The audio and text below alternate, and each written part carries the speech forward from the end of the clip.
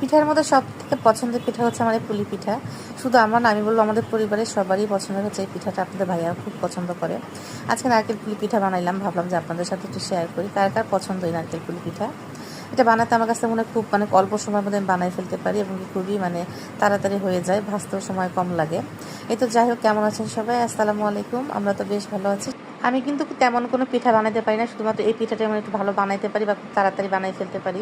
পিঠা বানানোর মতো একদমই ধৈর্য বা অভিজ্ঞতা আমার নাই, কি বলবো, পিঠাটা আমি একদমই পারি না। তো যাই হোক, ঝটপট এই পিঠাটাই বানাতে পারি, যেহেতু এটা আমার পরিবার সব বেশি পছন্দ করে। আর এখন তো ফেসবুক আমাদেরকে অনেক বেশি সহজ করে দিছে, লং ভিডিও তো আর শেয়ার করতে হইতেছে না, শর্ট ভিডিও শেয়ার করেই কিন্তু আমরা কাজ করতে পারবো ফেসবুকে। এটা কিন্তু আমাদের জন্য অনেক বড় একটা সুযোগ। আসলে আগে লং ভিডিও একটা এডিট করতে গেলে অনেক বেশি সময়ের প্রয়োজন হতো, ভয়েস দিতে অনেক বেশি সময় লাগতো। এখন তো আমার কাছে একদমই ইজি হয়ে গেছে। এই পিঠাটা কার কার পছন্দ অবশ্যই কিন্তু কমেন্ট করে জানাবেন। আজকে ভিডিও এই পর্যন্ত। সব ভালো থাকবেন, সুস্থ থাকবেন সবাই। আল্লাহ হাফেজ।